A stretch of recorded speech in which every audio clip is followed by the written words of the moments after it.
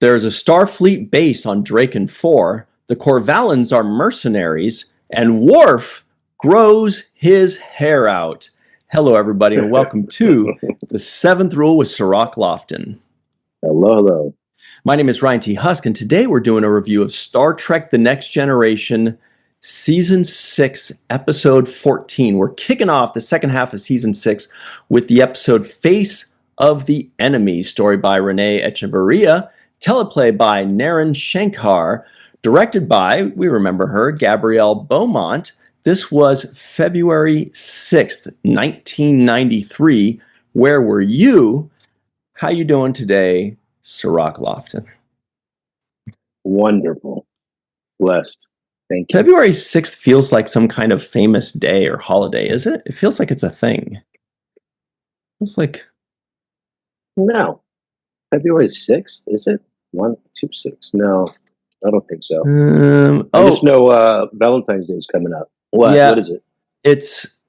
It's National Frozen Yogurt Day. It's Bubblegum Day. Bubblegum Day. Every day has a day associated Yeah, with it. it's got another one that I'm not going to say. Uh-oh. I'll just text it to you. I don't know how this is an actual thing. I'll just send you that. All right. Okay. Well, every day has a day prescribed to it. I know, and I love it. We should do that every time. We should check what day that is. Apple Pie Day. Anyway, everybody, please make sure you like this video, subscribe to the channel, hit the bell icon for notifications if you're listening, and give us a 5-star rating and a nice review. We'd really appreciate that. And visit us at patreon.com/the7th rule to support the show. Be our pals. We really appreciate you and your time and your support. All right, so let's get into this episode. Sirach, I remember this one. I remember this one because Deanna Troi looks weird as a Romulan. And I remember a little bit of the story, but I do get this one confused a little bit with a Deep Space Nine one that is similar, where Major Kira becomes a Cardassian. And remember, she makes a friend with that older Cardassian, and he at first tells her, Lenora or something like that, he tells her that she's actually a Cardassian, and this and that. So I didn't really remember exactly how this one goes, but as it went, I did remember it. But here's the big question. You've never seen this episode. What'd you think of it? Well, I mean, yeah, I've never seen the episode. And I thought it was a well-written storyline for Troy's character.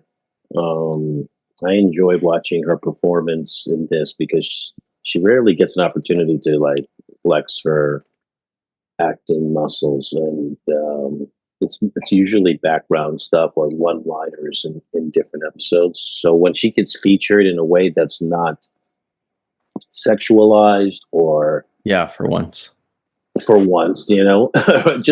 just like a normal story arc for her. I was happy. I was like, okay, this is good. She gets to perform her Starfleet duties as an officer. We get to see her in motion, making decisions. And I thought her acting was excellent in this as well. So she got a chance to really showcase her performance in this, and I liked it. The story was good. Yeah, I agree. And our pal, Scott McDonald, friend of the show, Scott McDonald, everybody knows him as Tosk and a few other characters. He was also in the Voyager pilot. And he was a Xindi in Enterprise Season 3 for a bunch of episodes. Can't remember that Xindi's name. He played Sub-Commander Navek, this guy. It was really cool seeing him, and I feel like this was his opportunity, kind of like Deanna Troi, but in a different way, to give us a lot more acting than we're used to. As Tosk, he gave us something. Actually, I feel like Tosk happened almost the same time as this episode. He must have worked back to back on these. He was good. Sub-Commander Navek was good. I mean, he was really playing the person that was, narrating for us what was going on and kind of filling in Troy's character. So I thought his delivery was great. His intensity was good.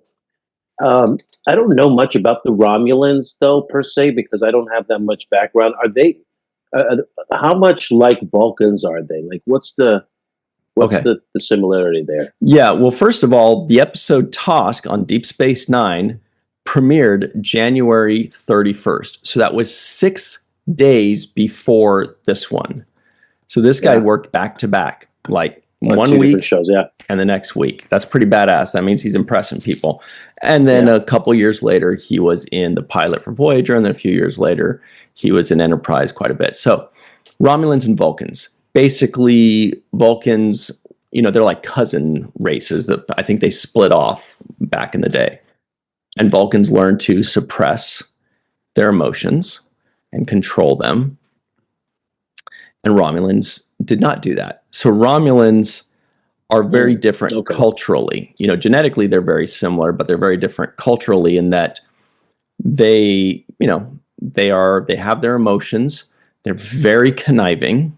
They're kind of Cardassian in a way, but a little less sinister. They're just known as like the really conniving, plotting, kind of race.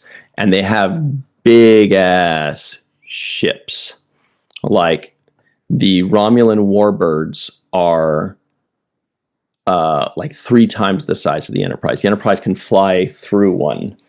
So that's what they are, and they have the terrible outfits. That's their story, basically. Okay. So they lost their fashion sense when they split, and I mean, those, like, look at that. Those are crazy.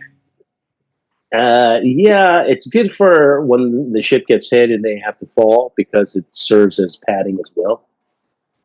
But yeah, I'm learning about the Romulans. I just thought the story was good. This is Renee Echevarria's story, Right. and you can tell it was well written. To me, I thought it had a lot of interesting stuff. It had layers. For example, with the Spock storyline being revamped and kind of brought back into the narrative, that kind of gave me a like, okay, this is where we're at. We're in this kind of mindset of the revolutionary. This is essentially like Spock and his episode, and this episode kind of in congruency with it. This is their version of the Maquis, right? To some degree. Yeah, that's a good point. That's interesting. And we did get a non-appearance mention for Spock, by the way. Nice bring up there. So Yeah. they're kind of like Spock is basically trying to lead a revolution to reunite the Romulans and the Vulcans. And right now they're just kind of like this underground movement. We remember that in the Unification two-parter with Spock and with Pardek, Senator Pardek. So there's this, so there's this underground movement going on where some Vulcans are, a little emotional, and some Romulans are embracing their, the Vulcan sides of things, or their Vulcan cousins. And so whatever it is, they're trying to, take over Romulus in a way, or influence Romulus to bring the people back together. And so I guess this was like these defectors from the evil Romulan Star Empire, and of course Spock is trying to help that along because they're trying to slowly and eventually and completely overthrow that government in a way. Yeah. And how's that different from the Maquis? Wasn't the Maquis doing something similar? The Maquis, I believe, were formed because there was a non-aggression pact between the Federation and the Cardassians. And so in that non-aggression pact, or that treaty, they had to divide up the planets that were disputed. So like, the Cardassians say, these are our planets. Federation says, these are our planets. And there's, and they have to make a treaty and draw some lines out, which of course we know has happened throughout Earth history. And part of some of those planets in that treaty that went to the Cardassians were actually inhabited by Federation people. So now the Federation people are like, well, hang on a second. Now my home where I grew up is part of Cardassia, part of the Cardassian Empire. So they don't like that. And so now which of course we know happened, throughout history, where the British or whoever, they just start drawing lines and they go, okay, you guys now belong to this country. And they're like, no, we Yeah, don't. yeah, We do not at all. No. And so that's kind of where that started. If I remember correctly, everybody at home, correct me if I'm wrong, which happens pretty often. But I think that's where it started. And so those people started rebelling against the Cardassians, saying, look, we don't belong to you. But then also rebelling against the Federation, because they're like, look, you left us here and we refuse to leave our home. And the Federation's like, well, look, sorry, you gotta go because it's part of the treaty. And they're like, no, we don't. So that's kind of, it's different in what caused it, but it's similar in that these are both movements that are happening that isn't wholly on one side or wholly on the other side, yeah. Oh, that gives me a lot of background for that. And so in this instance, you've got Spock leading this, not leading, but helping this kind of revolution take place to overthrow the more tyrannical wing of the Romulan Empire. Mm-hmm. That's what's going on. Okay, that makes sense. I like this episode because I like that you start off with Troi just kind of like you're figuring things out as she is, So it's like right away we're like, okay, what's going on here? Right away you can see that there's like, you recognize her voice, but you get a hint that she's got bumps on her face and a hideous hairdo, right? You start going, wait, what the heck is happening here? Yeah, Did you figure it out right away that she was Romulan? Yeah. Yeah, kind of. It wasn't hidden well. Even though they did make it dark in that opening scene, she's at computer lights or whatever it was, computer lights. We weren't shocked to see that she was a Romulan. We're like, I know, I already saw this. But her facial expression when she looks herself in the mirror and expresses the shock that she sees, I thought was a very good performance-wise. I thought it looked good. She stared herself. She kept focused on her own eyes in the mirror, and she locked in on an expression of horror and shock. So I thought, I enjoyed that opening. Yeah, it was really good, and it was, they follow the school of Sirach Lofton. It was a short opening sequence, right? No need for all this. She wakes up. There's a little bit of suspense, lights. Why isn't this working? She goes to the bathroom, somehow finds it. The lights turn on automatically, and she's like, oh! And then we go to a commercial, and we're like, that's all you need. Like, we know, holy shit, Deanna Troi's a Romulan? What's going on? And then you sit through the Tide commercial or whatever it was back in the 90s, Yeah.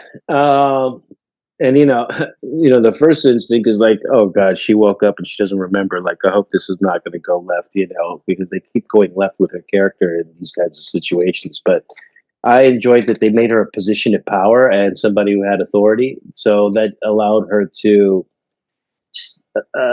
step outside of her more traditional, gentle, and therapeutic approach as a counselor and give us a different edge and perspective on her performance. So I felt like her character got an opportunity to give us some authoritarian, basically she's the captain in this moment, right? She is the captain in the crew, and so she gets to make all decisions on,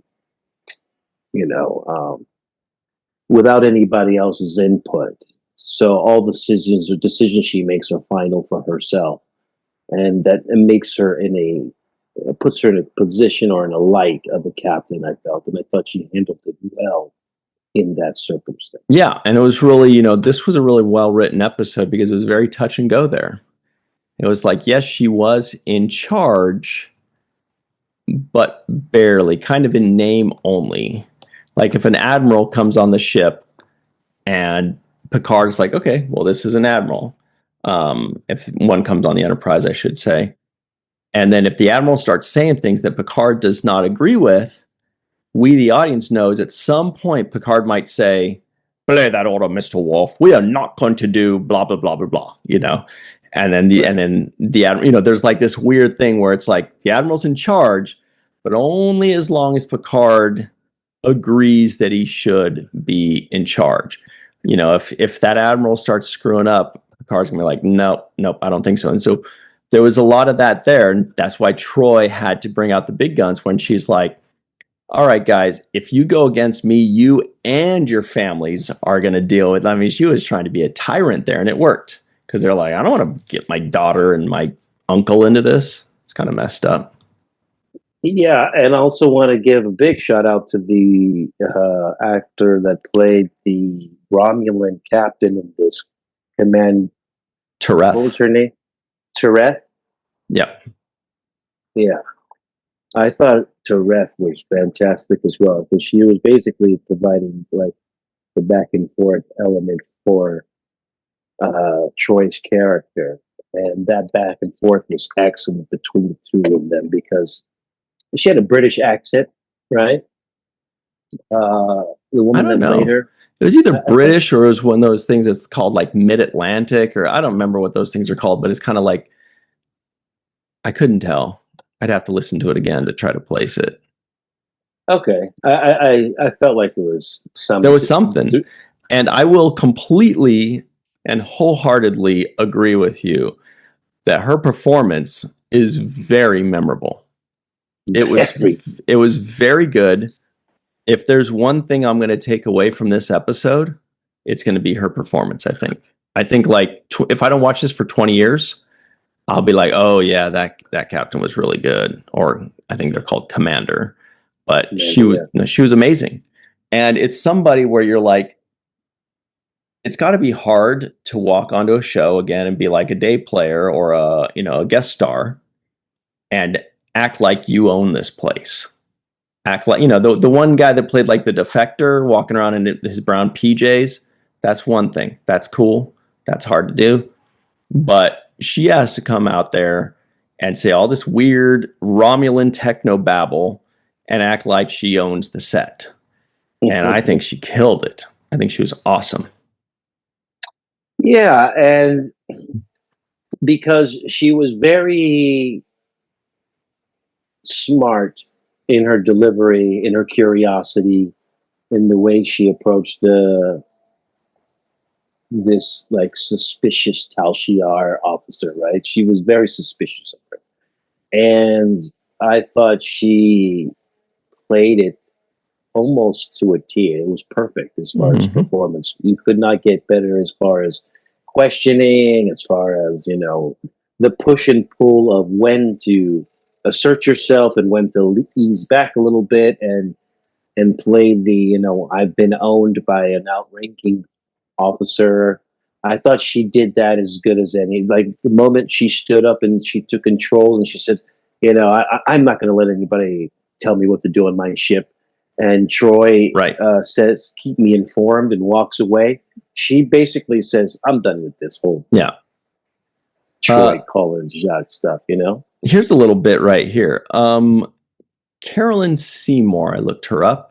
It says Carolyn Seymour is a highly accomplished actress of stage and screen with a long and impressive list of credits on both sides of the Atlantic. Sirach. Born in Buckinghamshire, which is as British as it can get, I think, to an Estonian father and Russian descent and an Irish mother. Blah, blah, blah, blah. Anyway, there's a lot going on there, but here she is. Look at how cute this is. Our Romulan commander. Look at her. She's the one on the left, I think. Yeah, I'm not a big fan of those outfits. What is that from? It looks like some The Ruling Class in 1972 with Peter O'Toole. Yeah, it's Peter O'Toole. Okay. She was fantastic in this. I mean, her eyes were engaging. Her facial expressions were fantastic. Her sense of authority, her wielding power, her threats. And she took her time with things. She would stop and think and give like a little reaction and a little smirk. Like she just understood that screen and that the audience will pick up every little tiny bit that you do. We'll get it. We'll pick it up. On stage, you got to act it out. On the screen, just think it, and the audience will see it. You know, and so she killed it. Yeah, I agree with you. She was awesome. A+ from her. Scott McDonald, though, same thing with him. Also great. Same thing with him. I enjoyed his performance as well. Like when in the opening act, he basically gives Troi the rundown. Like, look, this is what's going to happen. You're going to meet this person. You need to not say anything, and this is what you have to do. And she's like, and if I don't, and he's like, look, you don't have a choice if you don't. You're going to pay a severe price if you don't. This thing will cost you your life. I thought that was fantastic. There's some holes in the story that we can talk to in the second half of this, that I think we could pick through a little bit. But as far as the performances are concerned, I thought, again, Scott McDonald, he played Sub-Commander Navek, yeah. And he was just amazing as well. I thought he was spot on. Yep, I agree. One more thought on Caroline Seymour. She was also in 2 episodes of Voyager as Mrs. Templeton. Mrs. Templeton. Isn't that the rat in Charlotte's Web? Templeton? I'm not sure about that. Somebody knows the answer to that. I believe that was the rat in Charlotte's Web who sings about eating at a fair. It's a wonderful smorgasbord. Anyway, so... and let's just, before we cut, I just want to highlight, though, because I wanted to say specifically what she did, because I know it's a general, kind of glaze to say, oh, this is a great performance, you were amazing, but I like to really specify what it was. The moment in which Troi says, do you believe the Empire would be better off without our protection? Referring to the Tal Shiar. Pretty good, yeah. And then she had an opportunity. And this what revealed to us that this woman, who was really playing a harsh and abrasive character, like a no-nonsense captain on the ship, she basically says, she has a whole morality based out on her storyline. This is why it's well written for this episode. This character is not just a character that pops up and is just like reading off lines and saying, hey, Commander, I fire the shots and engage and set course for this. This is a person that's complex. And when you're doing character building and you're an actor, you want to come into the scene knowing background on your character. You want to have an extensive motivation of like, where am I coming from? What's my background? What was my upbringing? What's my socioeconomic status? There's a whole lot of things that could translate into a good performance. And so you want to know as much about the character as you can. And what I felt like the writers for this character did for Caroline was give her something really meaty to sink her character into. She mentions the text between the professor at the academy and says, well, the academy, the professor teaches the difference between the war, the military and the Tal Shiar and the functionalities between them. And I guess she's saying, in the military, we have these practical real world experiences and a set of rules that we engage by and all of these things. And you guys are outside the law and abrasive without any kind of mercy. And there's no compassion there. I think she was arguing on behalf of compassion to some degree, at least by functionality of the military versus the Tal Shiar. And what gave me that is, hold on one second. I think just give me 1 second. Sorry. Sure. Yeah, I agree with that. Tell you what, why don't we take our break right now? Because it's time for our break. So we'll jump on that. Everybody stick around and I will tell all of you what I thought was kind of a torturous thing. There was one part, Sirach, that was like, it was a little torturous for me, but we'll jump into that on the other side. Everybody stick around. We'll be right back on the 7th Rule. Yeah, sorry about that. Hey, everybody, welcome back to the seventh rule with Sirach. I look awesome in hats loft, and Hello. it is time. He really does, though. I like the green, the fluorescent green. It's always good. Here it Thank comes. you. I own like 20 hats, and I look good in maybe like one or two of them. Here they go. Trivioids of the week. Counselor Troi wakes up on the Imperial Romulan warbird Kazara. Counselor Troi was attacked with a hypo spray. The Enterprise has arrived at Research Station 75. Spock is in need of more cowboy diplomacy. Vice Proconsul Moret and his two aides are in stasis. The Corvallans are mercenaries. The senior officers of a Romulan ship dine together. Venerine is quite good. Worf grows his hair out, and there is a Starfleet base on Draken 4. Okay, Sirach, let me ask you, did you notice that Worf suddenly had long hair?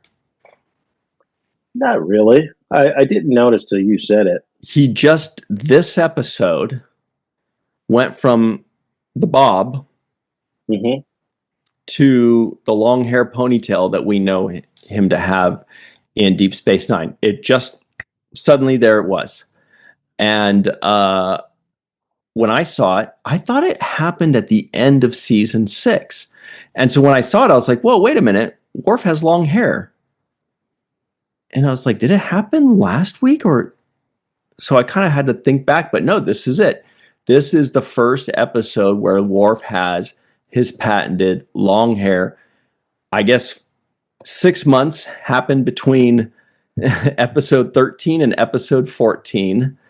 What was that? Episode 13, Aquiel. So while Geordi was falling in love with Aquiel, Worf was growing his hair out for 6 months. But anyway, this is now the Worf that we know and love from Deep Space Nine. He's got his long hair. It's a little lighter. It's a lot longer. It's ponytailed, and he looks better. Let's be honest. It looks better. It looks better. Yeah, it's better than the bob.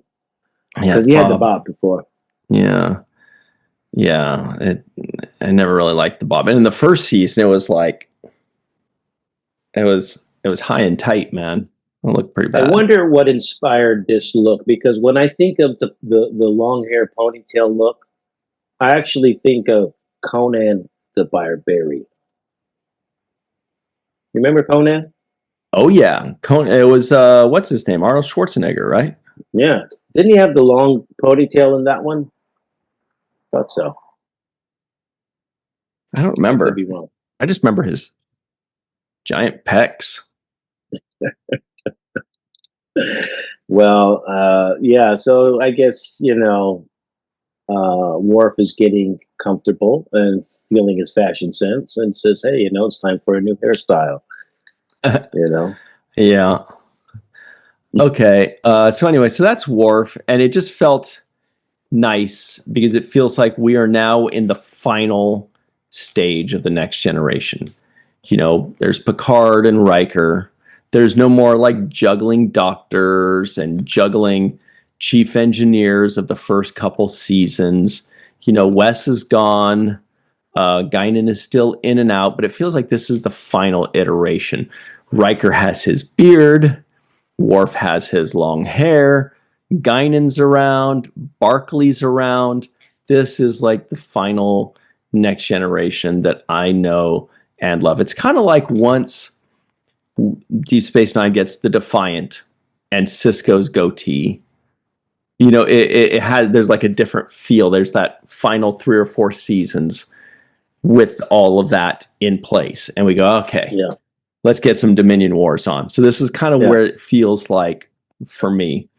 And then Geordi almost didn't completely strike out with the girl last week. So, like this. things are changing. It's getting better. Yeah. Yeah. I wanted to know, this guy that was walking around in his pajamas, as you said, that Romulan guy on board the ship, Mm-hmm. who was kind of a little, I guess he was suspicious in some way, because I didn't really trust him. So he did have the element of suspicion, if that's what they cast him for. But as far as like the element of gravity of the situation. It wasn't expressed on his part, the gravity. It was very vague. Yeah, and I think that could be explained away in universe as well. This is what made him defect to the Romulans. Was he was just kind of wishy-washy. He just wasn't sure. He was kind of, I don't want to say meek, but I felt the same way as you. His name was Ensign Desev, and clearly he defected to the Romulans 20 years ago as an ensign, and he gave himself a ridiculous haircut. And he came back and was like, all right, you guys, I'm no longer defecting to the Romulans because I saw that they're horrible people. And so I'm leaving. But now Spock was like, take this message with you and trust me, you guys. Just trust me.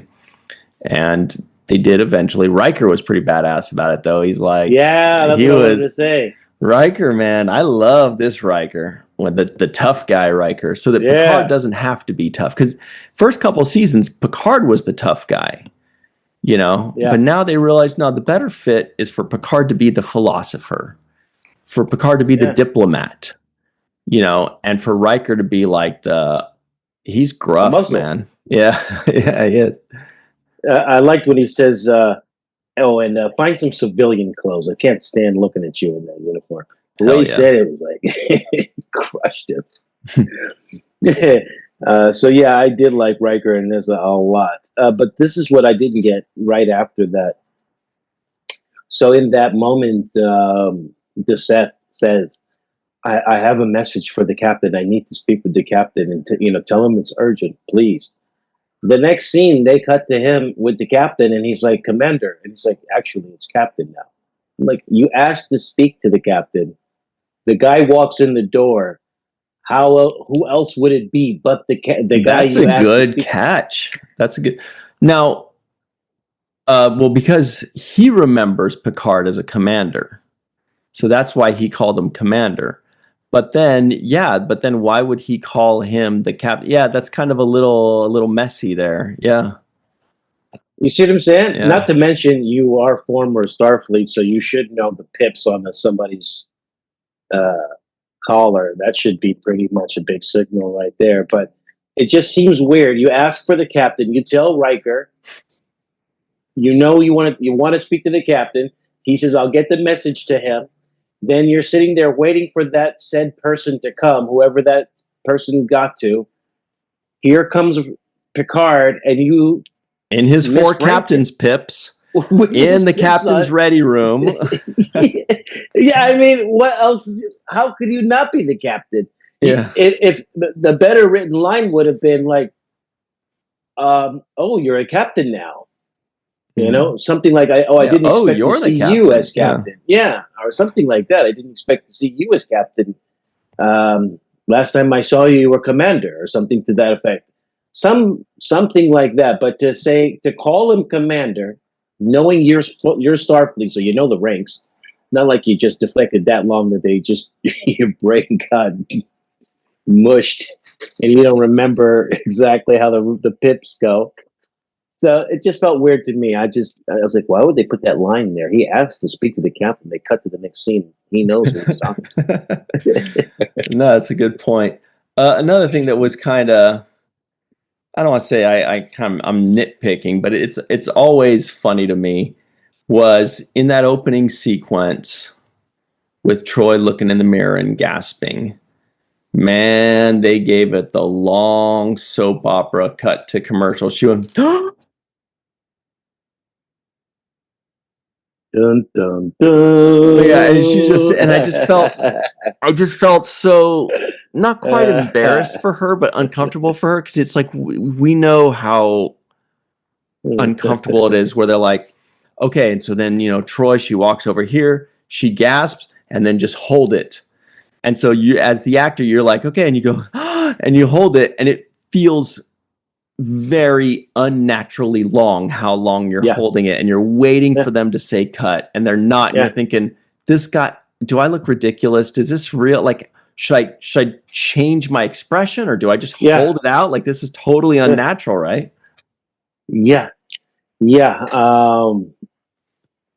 And it was unnaturally long. Riker, for example, Right. when Jonathan Frakes has his moments, he knows he's about to get the act-ending shot that cuts the commercial Mhm. break, and he gives you the look, and he holds it.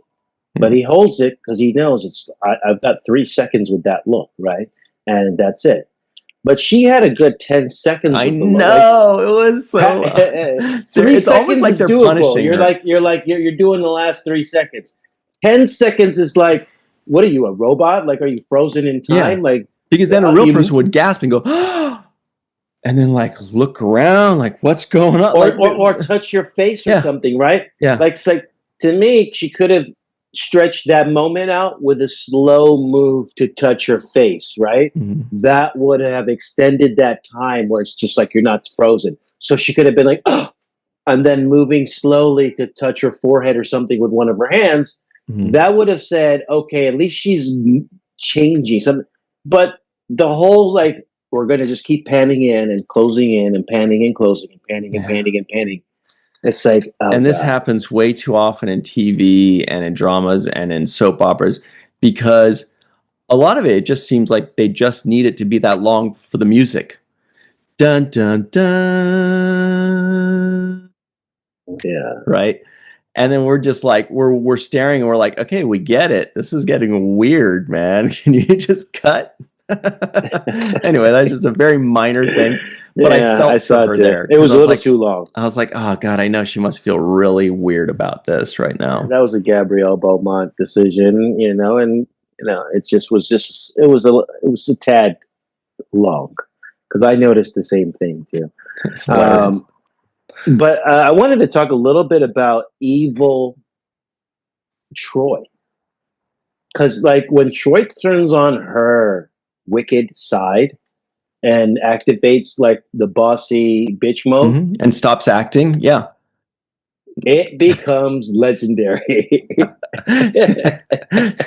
It becomes legendary because when she says, "Now you will listen to me, or I will have you ejected into space." Remember when she threatened that? Excellent. No, she nails it. I was And like, oh, like I was like, bro, you better like you it's better, not you worth better, it.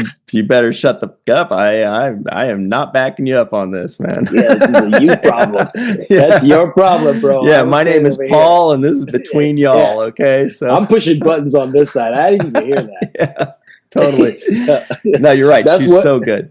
When we she get was to good. see her flip a switch and Yeah. and finally hit a different note, rather than either, I sense he's angry, Captain, or Thank you. And how could you do this to me? yes, When they give her yes. something else where she's on the offensive, No, bitch mode. I'm great. sorry. I'm sorry. I'm just gonna call it what it is. When Hard she gets to ass. activate that mode, remember she did in that episode where she was being critical of one of her.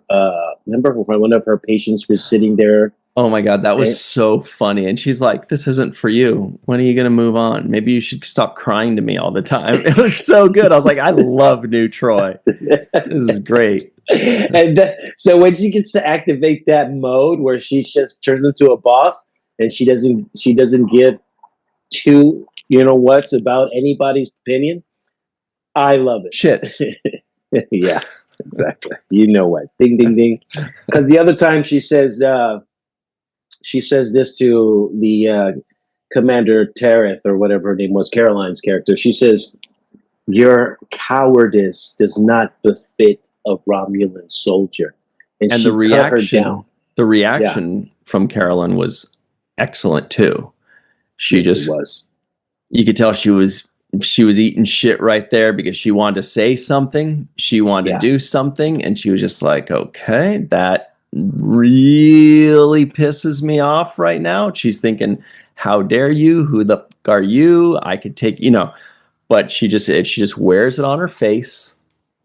And then she just yeah. And continues back to the on. ideological point that I brought up, because in that moment she wore it on her face. She then made up the point. She said, "People blame the military for the wars we are asked to fight, but it's your kind that will be the death of us all." Okay, and so what she's saying is, I guess she's saying she's the military. I go out here and fight these wars. I Hmm. actually take the fire, and I'm actually in those trenches. And you are the ones Well, causing this shit. yeah, instigating stuff, doing, taking me into the Federation space where we know we're going to get caught, and it's an active war, and these things are going to happen, and so again, she's making an ideological debate about the soldiers who fight wars versus the diplomacy or what have you that causes wars, that starts wars, right? The higher ups, the secret unit, the Tal Shiar in this case, for Right. example. You know what I mean? So I thought that's what her character was anchored to, as far as having a point of view that allowed her to still push her own way in this story, which came down to eventually her talking about her father being beaten up or pushed around or kicked around Right. by you know by this very tyrannical administration, essentially. Yeah, Right? this episode made the Romulans a lot more sympathetic.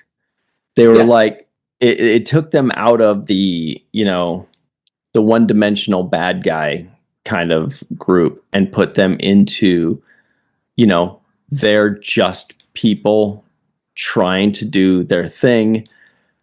She was anti-war. She didn't want to kill people. She didn't, the commander. She was hardened, but they ate dinner together. She didn't want to get into wars. She had all these childhood traumas. When those 18 people died, she said, I had nothing to do with it and I deplore their loss. A bad guy would be like, whatever happens. So there was a So lot of so depth there. so this is what that tells me when I look at it and step back at it. The Romulans, as you described, are having this factional divide between a branch of it that wants to, not be so militant and violent, and not be so, you know, quick to lay down punishment and this authoritarian kind of regime, and they're looking for some change that allows growth for them to accept their Vulcan and cousins and move forward in their own lives, right?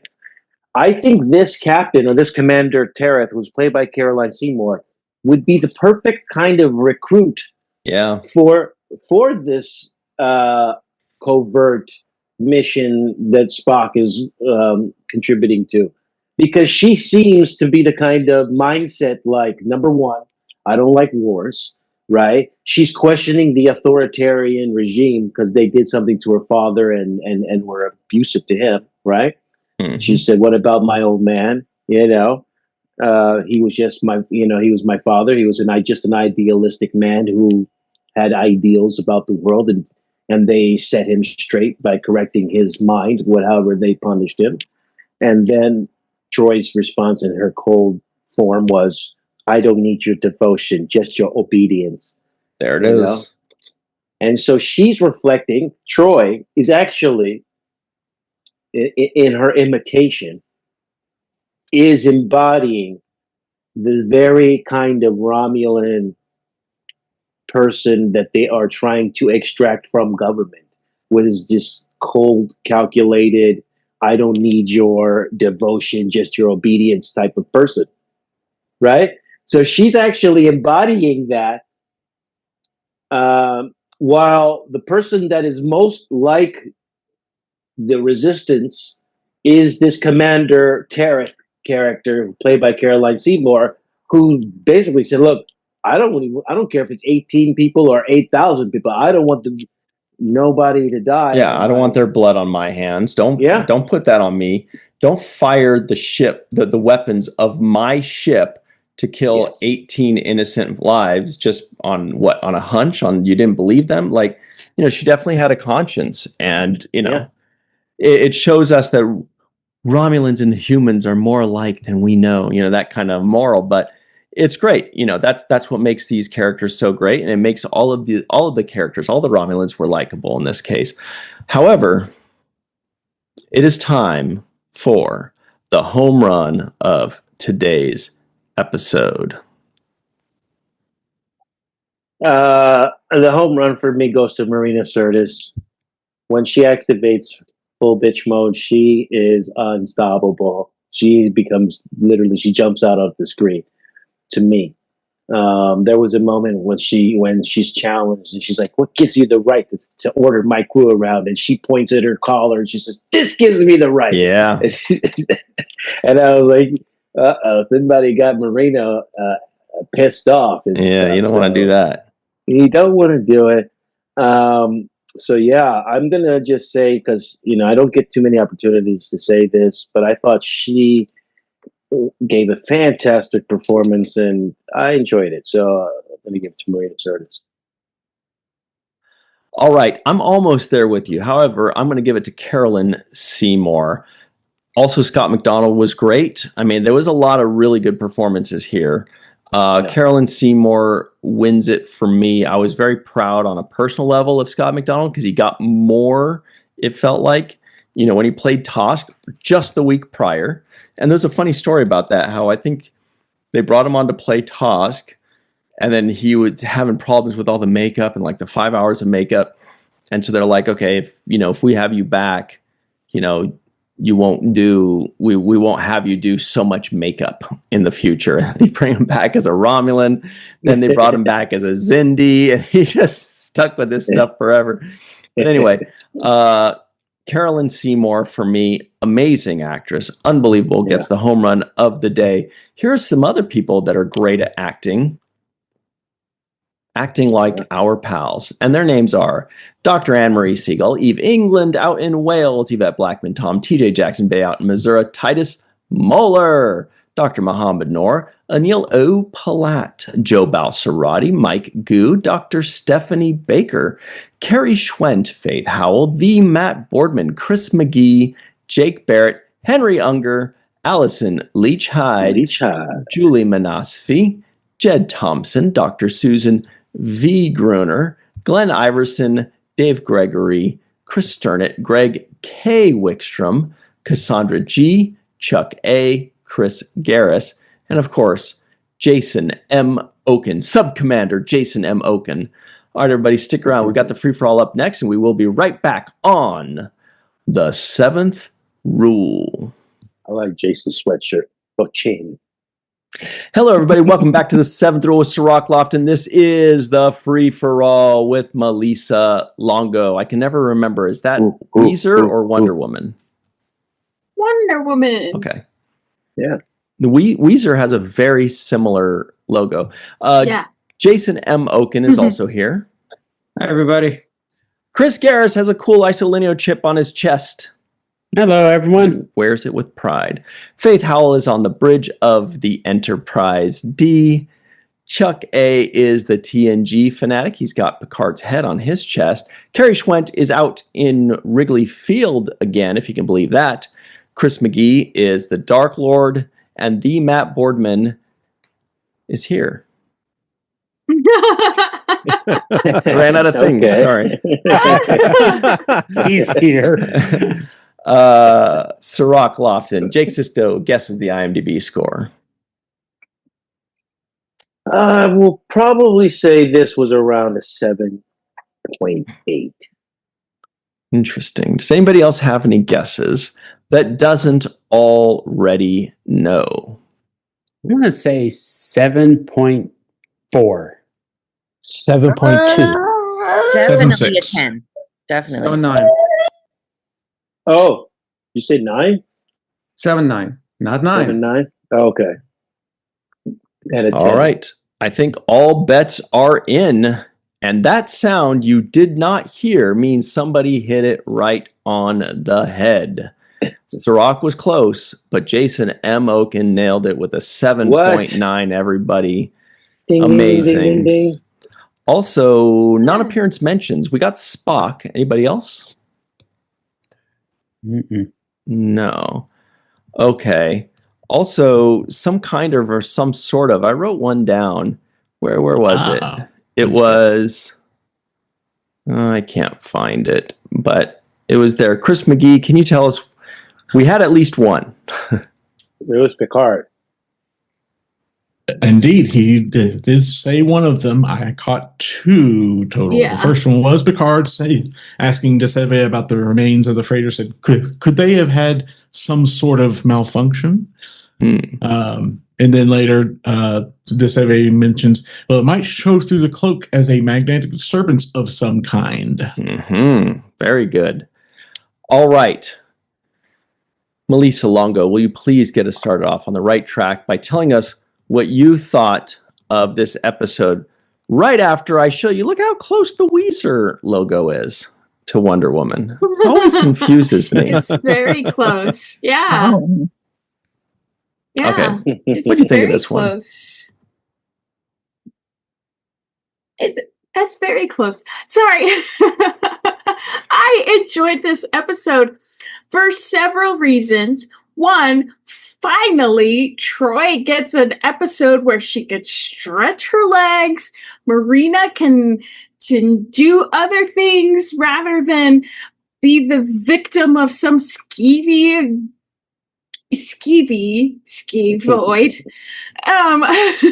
Finally. And I really liked the way she played off of the commander of the ship.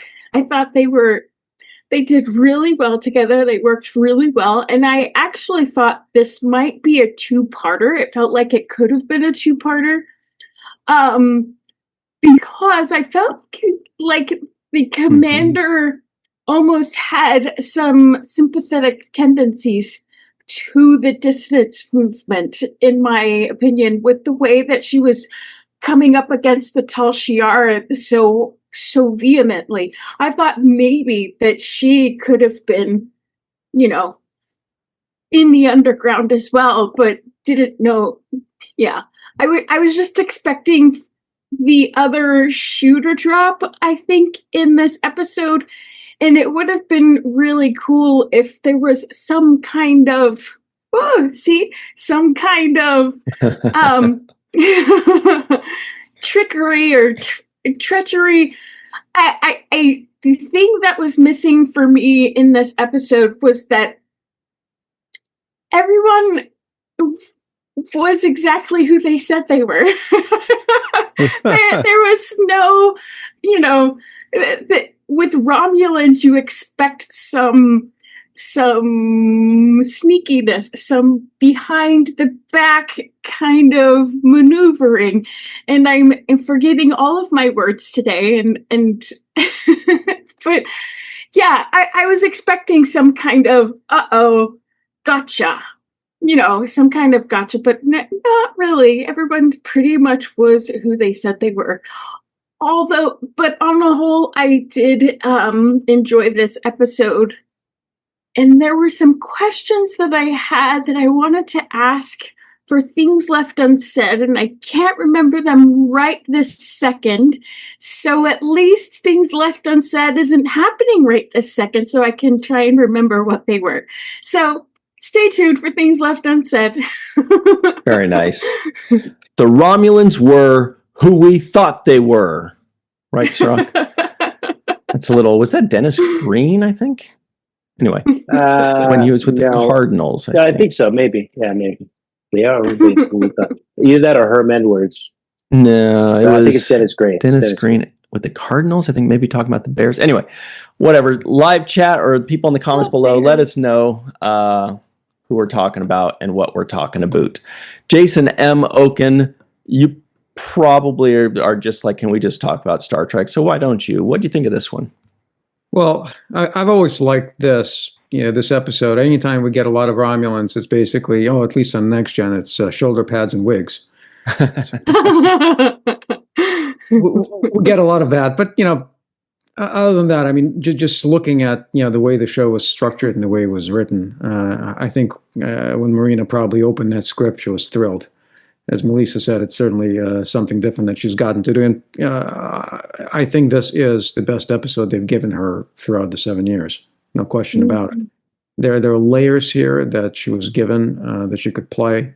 Various sort of states of emotion going, for basically from somebody disoriented and groggy to somebody sort of taking charge and taking command and, going, sort of toe to toe with the Romulan commander, who is really, written as a strong character. And I think perhaps, and when it comes to the Romulans, these are the closest to what we see in The Balance of Terror, the first Romulan episode of Star Trek. They're not necessarily treacherous. They have sort of their sense of duty, and I think they've given the character of Desev sort of this description of the Romulans. They have a sort of a strong sort of moral focus that they know who their enemies are. They have a moral code and they follow it, maybe a little bit too strictly. So they're not sort of these cardboard cutout villains, if you will. The Romulan commander certainly isn't. So it's nice to see this kind of a plot develop. I think it keeps you on the edge of your seat. If you think about it, the Enterprise doesn't appear until Act 2. I mean, Act 2 opens with the captain's log, which is typically how the teaser opens for Next Generation. So there you get a bit of a difference there. Again, it's Marina's show. It's her performance. Certainly, her and Carolyn Seymour giving sort of a character to play off of, for the entire episode. I think Scott McDonald was very good in it too. I mean, it's one of his many turns in Star Trek. There are a few things here that I wouldn't necessarily say I would nitpick, but could say some less than stellar things about, but you have to stay tuned for that, for things left unsaid. Excellent. Thank you very much. Wow, we got a lot of stuff to look forward to already for that. Things left unsaid. All right, up next, Chris Garris. What did you think of this one? Had you seen it prior to this day? I had seen it prior, but it's been a while. And to be honest, I really enjoyed it. It's just been that long. And so, like everyone's already said so far, Marina just knocked it out of the park with this one. I mean, I loved it when she and the commander, when he was, she had to basically, she just tore him a new one when he was trying to come, well, we can't do it. She's like, how can we get a hold of the Enterprise? Figure it out. And like, I think he was scared that she might shoot him, to be honest with you. But just her interactions with, the captain of the command of the ship was just phenomenal. Those two, God, they just meshed. I was just pleasantly surprised. I mean, like I said, it's been a while since I've seen it, but I liked how they, I actually had forgotten. I thought maybe the Enterprise would back off because I was thinking, okay, maybe Picard will think, oh wait, maybe they're trying to, lead us, but no, he went ahead and backed off. So I'd forgotten about that. But yeah, no, this was it's a good episode. So I can highly recommend watch this one.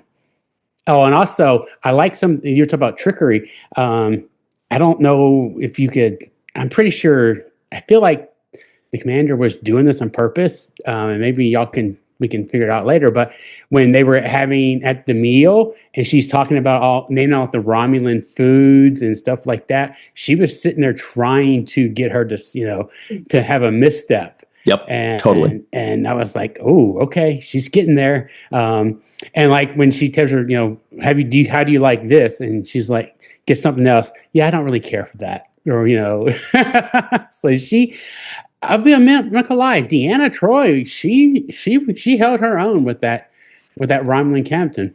So Great episode. I don't think I have a whole lot of nitpicks for this one for a change.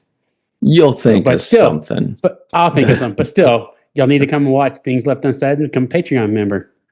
Thanks very much. Chris Garris, great stuff as always. Faith Howell is on the bridge of the Enterprise D. She has some thoughts. She's seen this one a few times. A few times. Yeah, I adore Deanna Troi. I think, growing up, she was probably my number one absolute favorite character. And this definitely is a strong, reason why. she just has such a strong arc in this episode. From waking up in the opening seconds, we're thrown right in with her. Oh my God, what is going on? Where are we? It's so dark. And then all of her arc, and she grows into it, and you are right there with her. She must have been terrified, knowing her and all the things that she's been through, how she must be feeling, but she put it together and she played the part and she got through it. And I think that is just, idol worthy right there. But one thing I really wanted to bring up, and I'm glad some of you guys had the background because I did not have time to put it together. If you look at those costumes, because I'm always, of course, with that costumer eye looking at, fabrics and how could I maybe, make an outfit. No two of those Romulans have the same fabric. And I wonder what the discussion was in that room when they were putting these together. Did it matter? Did they not have enough of any particular thing? How did that happen? Because it all works. Like, you don't really notice it unless you're looking for it. But every single one of those costumes is different, but they all have the defining Y shape, pulling it back together. Sorry, I'm being abused today.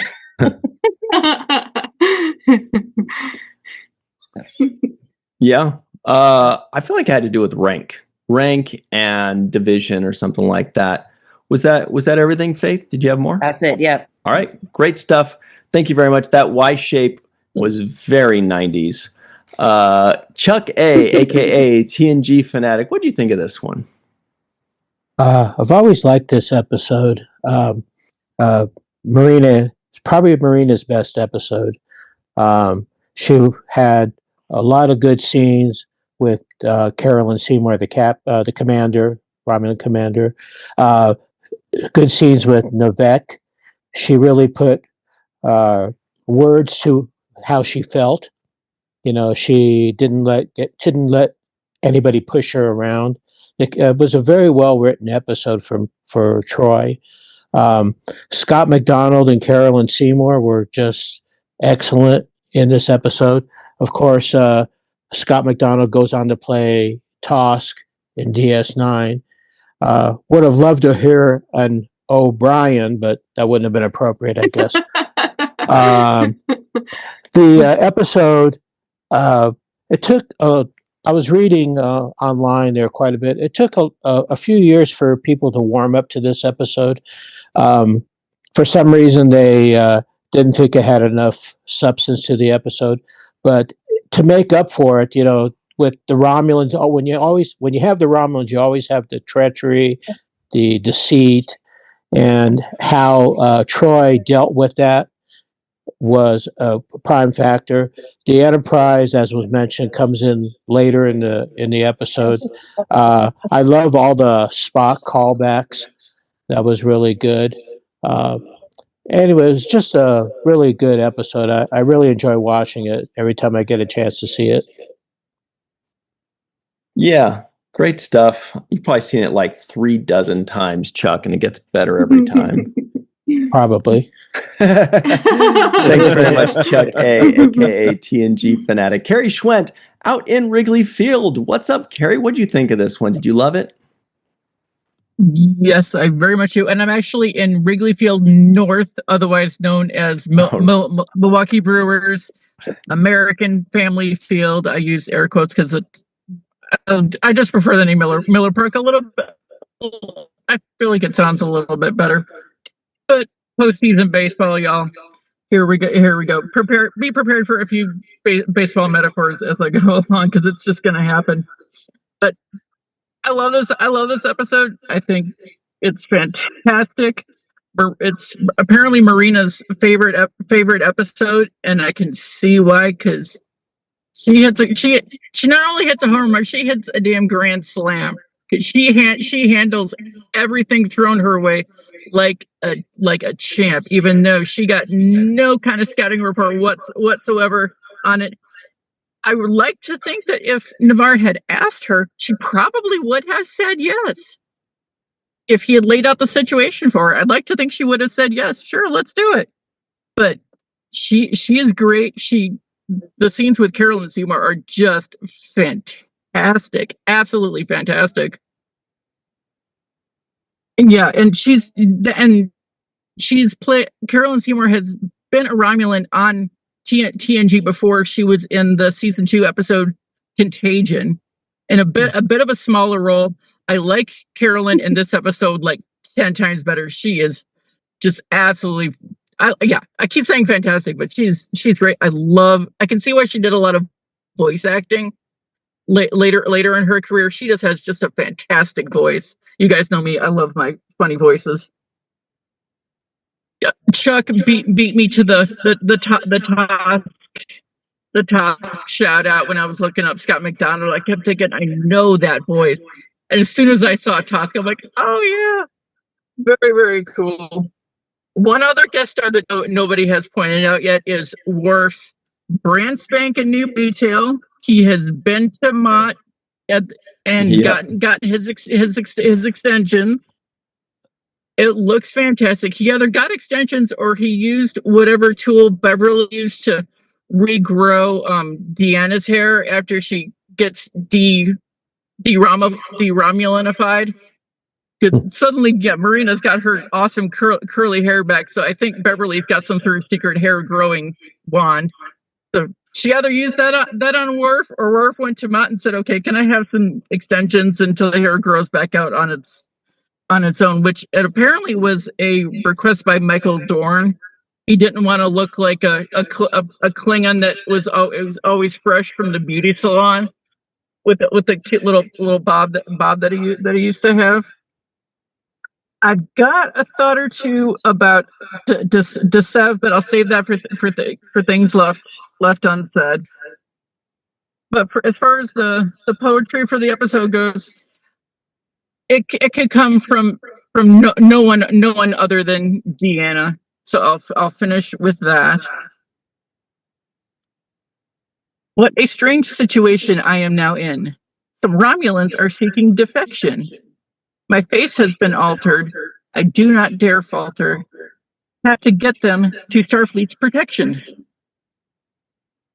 Excellent. Exquisite. Thank you very much, Carrie Schwent. Good luck today. Up next, the Dark Lord, Chris McGee. Dark Lord, what did you think of this one?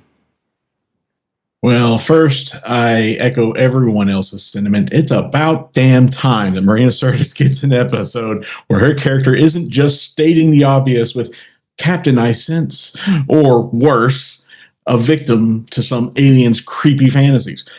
Kudos to Renee Echeverria for giving Marina the lead role in a story with some meat so she can finally show off her acting skills. So yeah, I think this is a damn good episode, and I always enjoy watching it. One moment that stands out to me, Chris Garris alluded to it, is when Commander Torth recommends that Marina's character try the Venarine. Troi likely doesn't know what that is, so she just takes whatever looks appealing to her while masking her ignorance. It's perfect. That way, if she chose the Venarine, no harm done, but if she didn't, which is what happened, her action and her face make it look like she doesn't want the Venarine. Brilliant acting by Marina. And of course, like Chris Garris, I found it even more delightful when Troi has had enough and defies Nivek, practically throwing herself fully into her Romulan role and ordering Nivek to help her finish the mission her way. I also think that the events in this episode help Troi to discover more about herself and what she's capable of outside of her counseling career. And that may contribute to choices she makes in a future episode. And of course, I am delighted to see Carolyn Seymour, as always. She does an amazing job portraying the commander with a delightful cynicism, sarcasm, distrust, and anger. It's almost like she was born to play a Romulan. After all, as Carrie mentioned, she also played another Romulan commander way back in season 2's Contagion. For the memorable quote, I'll go with DeSeva's. It was kind of hard to pick a good one in this episode, but I'll go with DeSeva's, which is, on Romulus, you learn not to volunteer information. Ain't that the truth? Thanks very much, Chris McGee. Up next, the Matt Boardman. Here he is. He's done it finally. He's watched an episode of The Next Generation. Did you enjoy it? Let me tell you, it's this Next Generation thing that you all are watching. Like, what a cool show! Like, I can't believe it. Where has this been my whole life? No, I this is my favorite Troi episode of all time, right? I mean, for reasons that everyone else has stated, but like, what a cool thing to give an actor to sink their teeth into. And Marina knocked it out of the park. She did not disappoint in this episode. Watching it this time, it almost gave me some Hunt for Red October vibes. Especially like the commander's dinner there. They had a similar scene in the Hunt for Red October. And I got thinking, like, how cool would it have been? Because we're kind of connecting some pieces back to unification in this episode. And like, how cool would it have been to have had a Star Trek series that was like a Federation operative on Romulus, and to have like this kind of, like, I don't know, I love spycraft kind of stuff. And that, you know, like, this is kind of, I don't know, it's scratching that spycraft itch that I have, right? You know, so it was like, I love that aspect of it. I thought Scott McDonald, so freaking cool. In fact, it's funny, I just watched an episode of Dexter last night, and I was like, hey, that's Scott McDonald. And then I saw him in this episode again, and I was like, hey, that's Scott McDonald. And so, but anyway, I don't know. For me, this episode works. I look forward to it when it comes up in the playlist. And I don't know, it's just one of those things that everything just kind of came together to make a really cool episode for me. Yeah, and we do love Scott McDonald. Thank you very much, the Matt Boardman. Jake's final take. Sirach, any final thoughts on today's episode, Face of the Enemy? Yes, I do have a couple of things. I agree with everybody about this being a great episode as far as Marina Sirtis and her opportunity to act as Troi. I thought she really got a good opportunity to do some real acting, and it was good to see her knock it out the park in those performances. I have a couple little nitpicks though, and here's one. Here they go. When the defector who gets beamed aboard the Enterprise, who is going to be charged for treason, asks to speak to the captain, and subsequently gets a chance to speak to the captain. He's standing there with no cuffs on, and he's not being detained by security. And I thought, how would you let this treasonous person just have full reign of the captain's quarters and be able to walk around? He's supposed to be under detainment, so I would expect security ops to kind of be nearby, or at least be in cuffs. So I thought it was just too casual. This guy is capable of anything, and you're letting him have a one-on-one encounter with the captain of the ship. So it's just too casual for me. Number two, when Riker and Picard see Troi aboard this Romulan ship, all they say is, "What's she doing on that ship?" Like, maybe like, what's she doing as a Romulan? like her face is different. Like, they didn't even address that, right? It's like, if you see your friend with a completely different face on, you're not going to say, "Hey, what are you doing in Glendale?" You're going to be like, you're going to be like, "Bro, your face, like, you're not even the same, that you were." Like, that would be the first thing that would jump out. Like, what's she doing as a Romulan? Like, how the hell did that happen? Not what's she doing on that ship. So I thought that was weird. Or at least follow that up with, her face. Like, what's going on here? We got to find out something. So then the other thing is, I liked when Troy gave the line. She delivered the line where, the commander Tareth. She was like, "Yeah, well, I want to know what's in that cargo. I'm going to open up that cargo." And Troy gives her some line where she's like, "Yeah, I wouldn't do that unless you want another encounter," because she, brought back her little words to her, and I thought that was a nice moment right there, delivery wise, and just well written. Also, I have a thing where I don't like what people become what they're fighting against. And I think in this instance, you're fighting against this totalitarian, authoritarian version of government that's running the Romulan Empire, that's cold blooded, ruthless, and maniacal. And then you end up emulating that in an attempt to fight against it by one, killing that passenger ship full of people, by threatening people's lives and their families for death and torture. You end up becoming that very same thing that you hate and you despise by acting in that same way. You're threatening people's families. You're asking, I don't need your devotion, just your obedience. It's exactly the same uh, thing that you're fighting against. And so you have to be careful not to become what you're fighting against while you're fighting against it. And that's just a general warning. And then the last thing, cargo as people. It's hard for me to just really get around that. I know it happens all the time. I live in a border state, so there's a lot of people trying to uh, pass as cargo of some sort inside of vehicles or whatnot as they smuggle.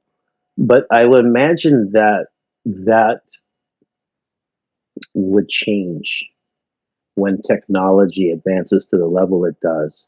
It just seemed, I see a practicality in that. If they were able to kidnap Troi from this planet that she was at and face change her and all of these things, well, she was obviously at a planet that allows humans to come, and it's like it must be a place where you can go and gather.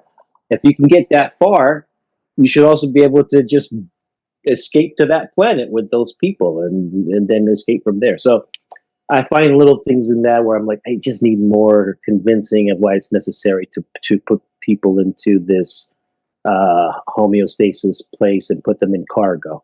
It has to be kind of defined for me in a better way, and I just didn't feel it. But other than that, thought it was a good episode, and I did love Caroline Seymour's acting. Scott McDonald was fantastic, and yeah, I enjoy it. That was a good one, fun one. And this was a good and fun free-for-all, everybody. Can you believe it? It's already over. We're sad that it's over, but we're also happy that Things Left Unsaid is about to start. But before we jump into that, we'd like to say thank you to Carrie Schwent, the Matt Boardman, Chris McGee, Chuck A., Faith Howell, Chris Garris, Jason M. Oken, Melissa Longo for myself, Sirach Lofton, Melissa, and wow, Melissa's, I don't know what's going on there, but this is good stuff. And of course, Mr. Aaron Eisenberg. Thank you all very much for hanging out with us, and we will see you next time. Until then, always remember the 7th rule.